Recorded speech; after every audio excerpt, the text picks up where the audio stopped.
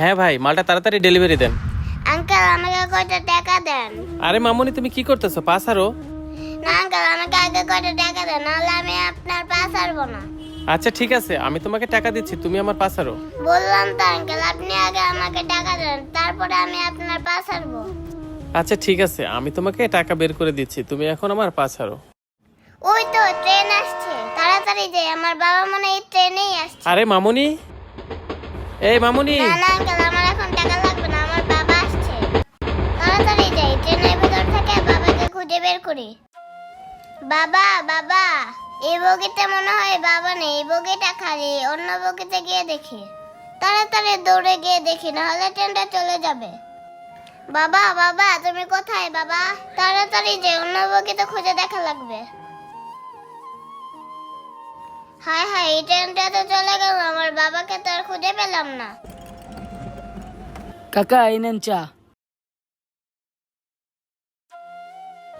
ভাই, আমার একটা চা দেন। আচ্ছা ভাই, আপনি এখানে বসেন, আমি দিতাছি।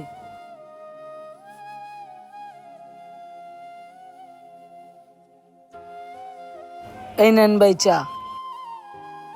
ভাইয়া, কিরে তুই আবার আইসস? কি কবি? আমার বাবাকে আজকেও আসে নাই। তরে না কইছি তোর বাবা আর আইব না? শুন একটা কথা কই, তুই আর আমার দোয়ানে আবি না। তোর বাপে তোর স্টেশনে হালাই হয়ে গেছে, তোর বাপে আর কোনোদিন আইব না। এখন জানতে। আচ্ছা ভাই, ওই মেয়েটা ওর বাবাকে পাগলের মতো খুঁজতেছে কেন? ওর বাবা কোথায় গেছে? ভাই ওর বাবা কোথায় গেছে শুনবেন? তাহলে শুনেন। হ্যাঁ বেবি, তুমি চিন্তা করো না, আমি আজকের মধ্যে আপরটাকে বিদায় করে তোমাকে বিয়ে করব। বাবা বাবা হ্যাঁ ক। বাবা, আমার না খুব খিদে লাগছে, তুমি আমাকে কিছু কিনে দাও না। বেবি তুমি একটু হোল্ডে থাকো তো। এই তুই এক কাজ কর, তুই দোকানে যাই কিছু কিনা খাই, আমি তো টাকা দিতেছি। আচ্ছা ঠিক আছে বাবা। চিন্তা করো না বেবি, কাজ হয়ে গেছে, আমি আসতেছি। ভাইয়া, আমাকে একটা রুটি দেন। রুটি নিবা? এই নাও, এখানে বৈশা খাও।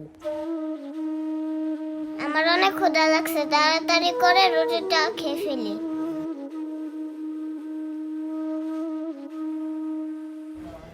শুনলেন তাহলে ভাই ঘটনা? ওই যে কবে ওর বাবা স্টেশনে ফালাই হয়ে গেছে, এখনো আসে নাই। মেয়েটা পাগলের মতো ওর বাবার এদিক সেদিক খোঁজে।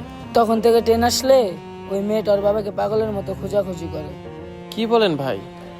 আর ভাই, এখনকার যুগের বাবারা জানি কিরকম, কন্যা সন্তান হলে বাবারা দেখতেই পারে না। কেন ভাই এমন করে বলতেছেন যে?